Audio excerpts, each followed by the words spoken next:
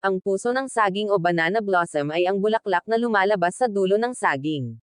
Ito ay isang masarap at masustansyang pagkain na maaaring lutuin sa iba't ibang paraan.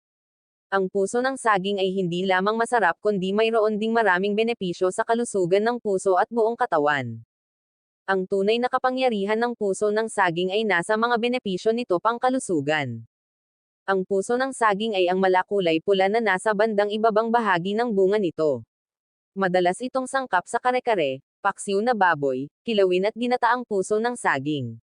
Tunay ngang masasabing walang tapon sa puno ng saging. Mula sa dahon nito hanggang sa pinakaugat ay may kapakinabangan. At gayon din naman ang mga sustansya at benepisyong pangkalusugan na handog nito. Marami pang kapakinabangan ang puno ng saging sa atin, hindi dito nagtatapos ang maraming tulong nito sa atin. Ang puso ng saging akalain mong basta-basta lang ngunit may mabuti palang maitutulong sa ating kulusugan. Mga benepisyong alam mong hindi lang din basta-basta.